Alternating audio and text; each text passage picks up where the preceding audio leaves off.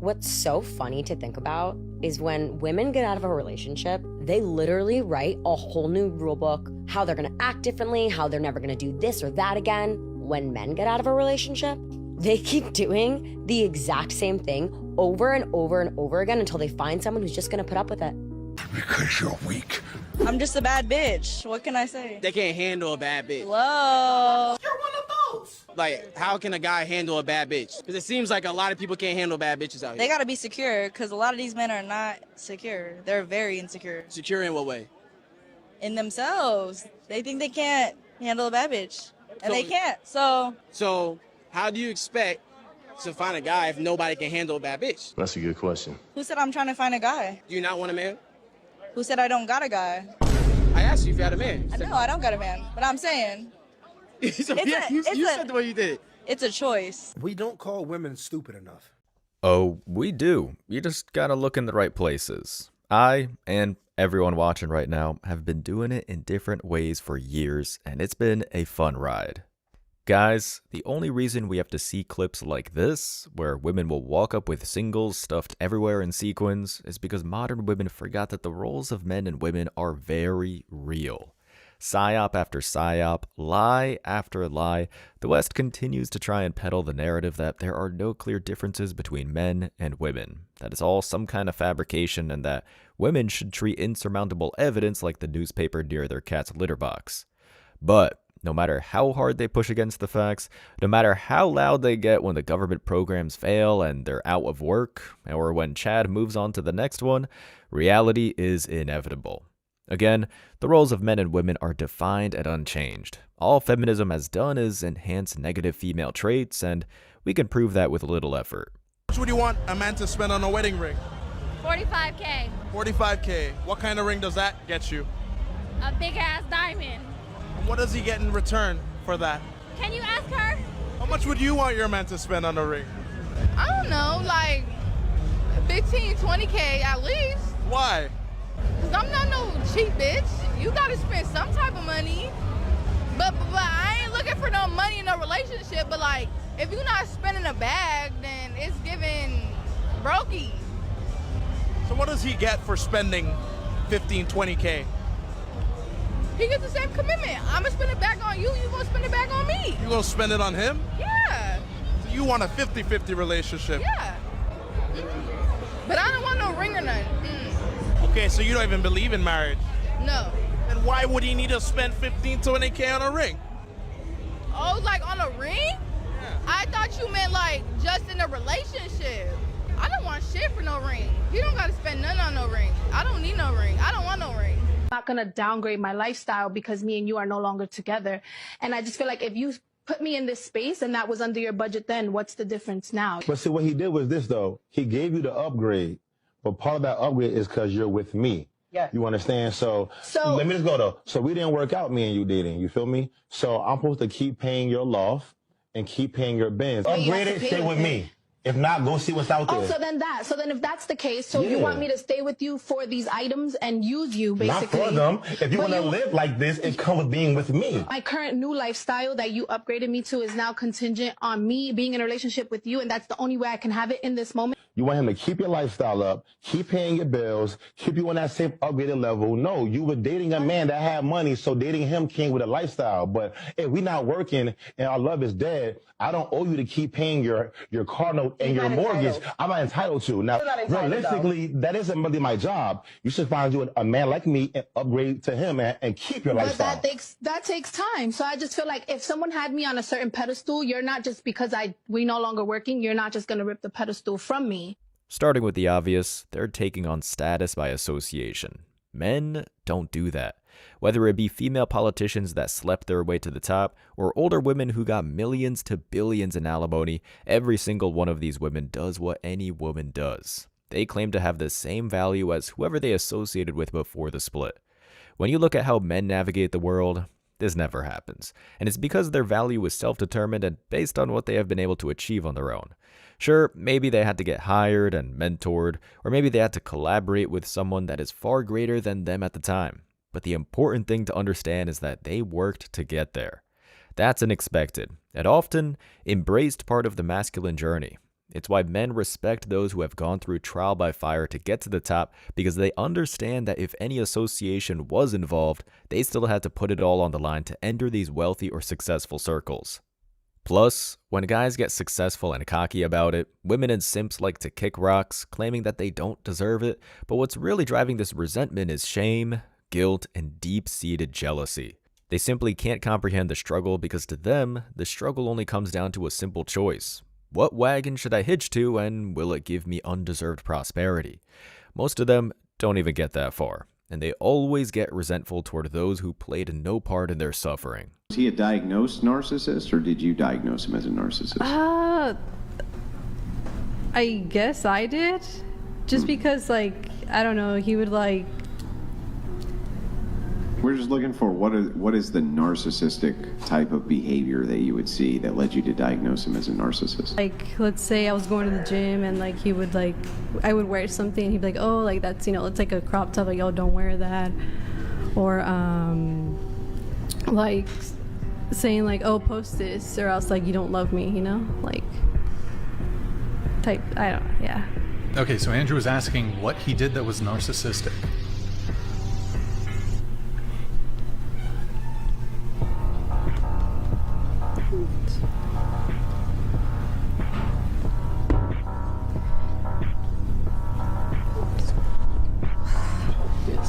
I'm sorry, I'm pretty bad at this.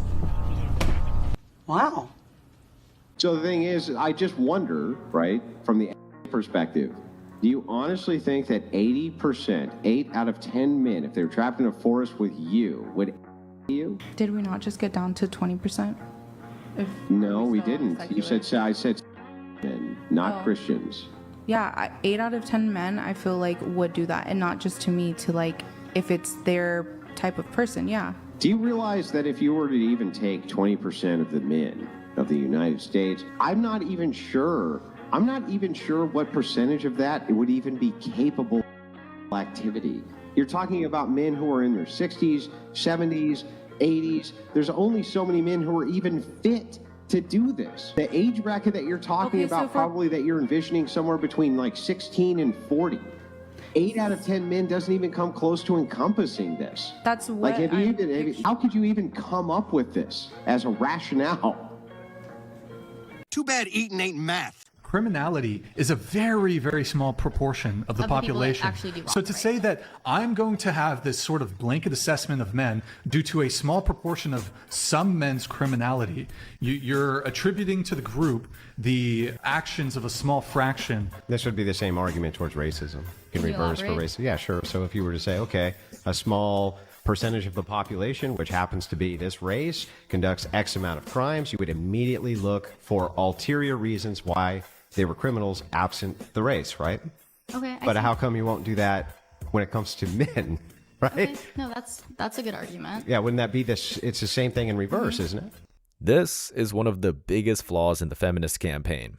Demonization doesn't work if you think you're the same as men. On one hand, women like to talk all of the time in the West about how men are the sole cause of danger and misfortune. They say things like roughly 463,634 of essays committed a year in America, and over 90% of those are committed by men. Even though, after a little math, one discovers that's 0.2% of men. Even less when you include false accusations, which are prevalent. They'll even go as far as to say that men stole their liberties and kept them all confined for hundreds of years.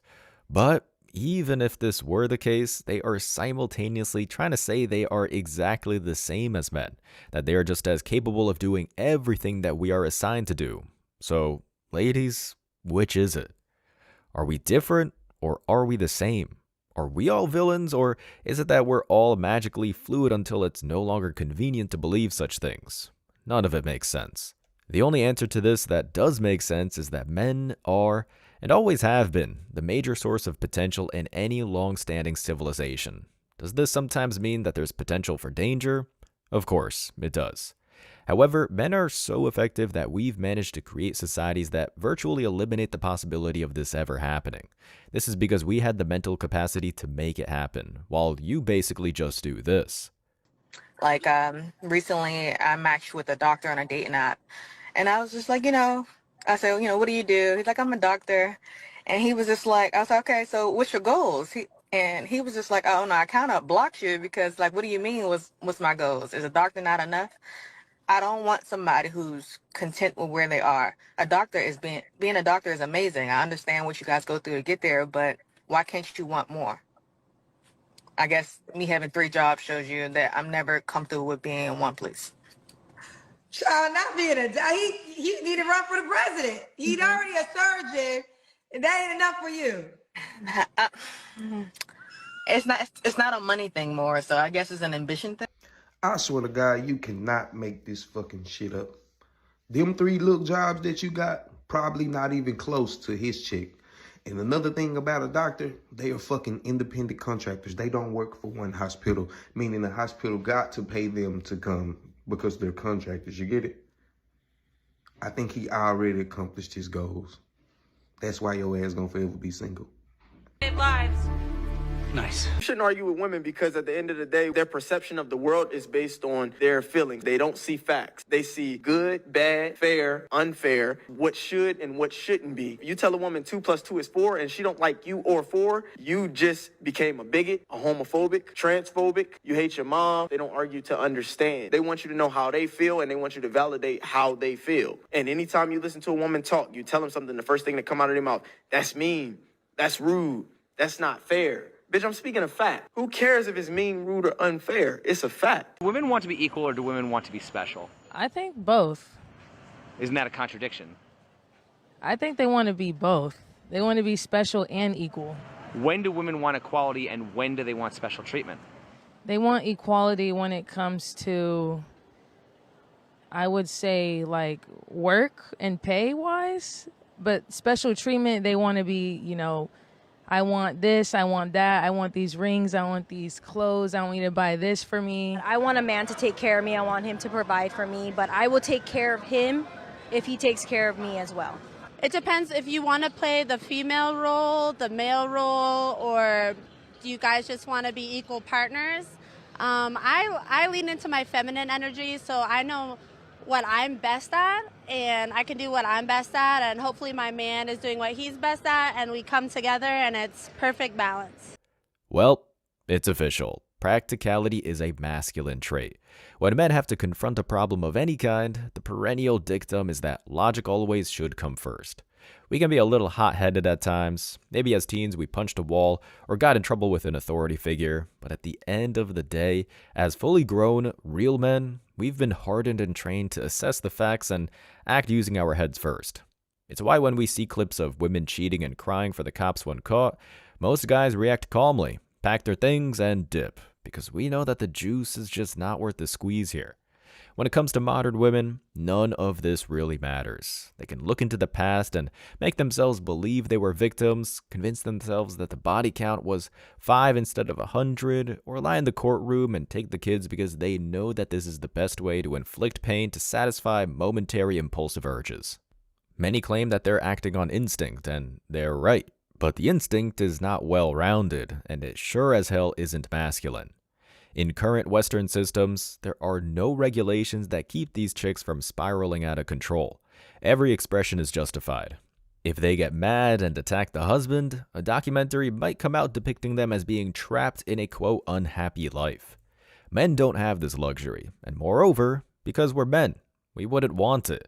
We prefer discipline. That's what yields respectable results. In my opinion, right, it's like, it's not like I'm making them spend millions, right? I'm not making them go broke. When a man lies to a woman to get her into bed and like makes her think like she's like the only one or etc., it's like, that's like feelings, emotions, and trauma. A guy that I take money from is not going to be traumatized at the end of the day. Because they know what they signed up for. First of all, we have a bunch of suppositions here that need to be attacked, right? So the first one is, how can you say that this would always come from trauma if a man is taking care or a man is exploiting? You could never make the claim that that is traumatic, while at the same time saying that it could never be traumatic for a man to be exploited for money. How in the world could you ever make those claims? Because how would a man be traumatized for losing $200? Because they feel like they were taken advantage of the same way a woman would if you lied to her for, right? No. No. Oh, no. No. Well, okay, so can you give me the counter to that besides no? Nope. Out of the divorce, I got $600,000. The Yes. Why? That was part of our settlement. So I could have taken more, but I didn't, which I'm kind of now regretting a little. Wait, why could you have taken more and why didn't you? Well, I could have, because if I were doing like a divorce with like 50-50 split, I would have gotten. Could you have done 50-50 split? I could have. So this was a pretty well-to-do person. Yes. So I don't know exactly how much I would have. No, he tried to get me to sign a prenup, and then I didn't sign a prenup, and then he tried to get me to sign a postnup, and I didn't sign a postnup. Post-nut. Yes. And so, yeah, we decided in the settlement agreement that I would get $600,000 because I didn't want to take. What more the f do I have so much debt here to go through on your end? Where did the $600,000 go? When did you get the $600,000? 2 years ago. Okay, where the f is it? It's gone, completely gone. Where the into where? Well, I bought a house, and with the $600,000. With the $600,000. Okay, so it's not gone. It's not gone, right? It's tied up. So I bought a house that was $330,000, and I bought it like outright. So like it's paid in full. So I don't so have. it goes half the cash. Yes, but then I bought it sight unseen, and she regrets not taking more that she should have blown anyway. And that brings up another clear divide. Feeling that you deserve a reward for nothing is not masculine. Using the woman in the last clip, anyone with eyes and ears can realize that this is a person without remorse. This means one of two things. The woman is a sociopath, or she truly believes deep down that all of this is just an expectation in marriage. Well, that or both. But we'll focus on the latter. It's not a new trait where women feel that their presence warrants gifts and available comforts. They're biologically driven to seek out these things, and that's been the case since the dawn of humanity. When it comes to men, we're driven to build and provide. We might have retired the spears and arrows, but the principle remains the same. We punch in and punch out, bringing home the bacon. The only thing that's changed in recent years, which has effectively allowed female nature to run wild, is that now women aren't met with any Western expectation to give anything in return for their desires. All reward, no effort. I mentioned this in a recent video, but growing up, I saw wives who had originally praised their husbands for being providers, only to show their true colors when they suddenly realized the game was rigged in their favor, and they could just run off with house money. When you'd hear their stories of theft and manipulation, it becomes clear, looking into their eyes, that they didn't see anything wrong in robbing the bank. They felt they deserved what they had taken. The minimal effort they made when the ring was won was warped by their generous memories to point where you might have thought they fought in the trenches for the last 15 years. Again, this isn't something you see among men, even though we've held power since the beginning of civilization. And why? Because our behaviors have remained exactly the same. And contrary to feminist belief, this has always been a good thing. It's our belief that many, many women actually judge each other the second they sit down at the table. Can you raise your hand if this is correct, that you have either experienced this or done it yourself, which is okay. You've gotten in a room with other women and you immediately, rate their looks. Yep. Right. So because we know that this is true, because that is the number one most common answer, we feel like when we ask this question to you guys, you don't actually want to hurt any of the other gals' feelings who might be there. And so you answer perhaps dishonestly, even though we know the chances are pretty good that you've already been comparing yourself to probably every other woman who's sitting at that table. So that's what the purpose of the question is. Not really a trick. It's just to kind of assess which gals are going to be honest with us and which ones are not going to be honest with us. That's really what the point of it is. I think that women should be grateful. They live in the best society ever, and it's all built on the backs of not them. The air conditioning, which enables them to even exist, everything which allows them to exist in modernity, is built by men, and they're the most ungrateful, snot-nosed brats about it that you've ever seen. And there's really no cause for it because they bring nothing to the table, none of them, including the old bags here who bring nothing to the table by their own admission except their pussy. And when asked, This is all you get. I bring love and affection. You don't bring shit to the table. And that's why you can't even answer the damn question, no matter how many times we ask it. And it makes me sick because that is modernity. I mean, no punches were pulled, and this is the only way we get to the truth. And this is the primary difference in gender roles and why they can't be ignored. Men work together to build a future. Women work against each other to destroy the past. Guys, and we all know this, there's a reason the masculine camp remains unified with the same set of beliefs, while the feminist camp resembles less of a camp and more of a confederation of warring factions and their own demographics and goals. Men are capable of putting their feelings aside for the greater good. If what benefits us doesn't lead to the benefit of all mankind, we do everything we can to rectify that. It's why we see massive businesses that remain profitable for generations, legislation that remains virtually unaltered, and cities that can house and feed millions of people. It's in our nature to put everything that we care about above ourselves and come to the negotiating table if a better solution can be reached for everyone. Again, on the other hand, when you look at modern women, it's a completely different story. If there's even a story to be found at all. They change the color of their flags every 3 days. They come out with new edicts on the mainstream media every week with different titles and how to behave. They treat dating costs like some kind of tax policy, with one wanting $300 and another overweight mother right around the corner asking for $1,000 to find the right nanny before the night out. It's nonsense. It's chaos. And well, surprise, surprise, it's female. I want to know, why do you think God would call a woman to be head over men when, on the other hand, he said that every time you listen to the woman, you suffer? You're kind of in the Old Testament. And so because you're going Old Testament, I do understand what you're saying with respect. And what am I saying? What you're saying is you don't believe women should lead. No, I'm trying. Not only do I not believe it, I know for a fact that God would not put a woman over a man because that's not his order. And he said, well, every time you listen to the woman, if you notice, every time the man listens to the woman, he suffers. So why would he call a woman to be a preacher or a pastor or a teacher over a man when he knows that the man going to suffer every time he listens to the woman? Because you have been engaged twice and never married, and because you are a conservative, you're speaking from your perspective. No, I'm reading from the Bible. No. No, that is in the Bible. So hold on. Let's do this rhetorically. Rhetorically, let me ask you this. If God did not intend for leaders to be women, why would he make the opportunity for women leadership? Biblically, Paul said. God did not make the opportunity for women to lead. No. Men are weak, and they allow that to happen. If men were not weak, there would be no way women would be in leadership roles. Boom. Pine tree grows and matures very fast. An oak tree grows and matures very, very slow. But which one lasts longer? And which one is stronger? Which one shelters more critters and more birds? Which one, when it's done and over and it's cut down, which one is more valuable for the lumber? People don't go out and say, I'm going to spend extra money for some pine furniture. They want oak furniture. The man is the oak, the woman is the pine, and that's how it always has been.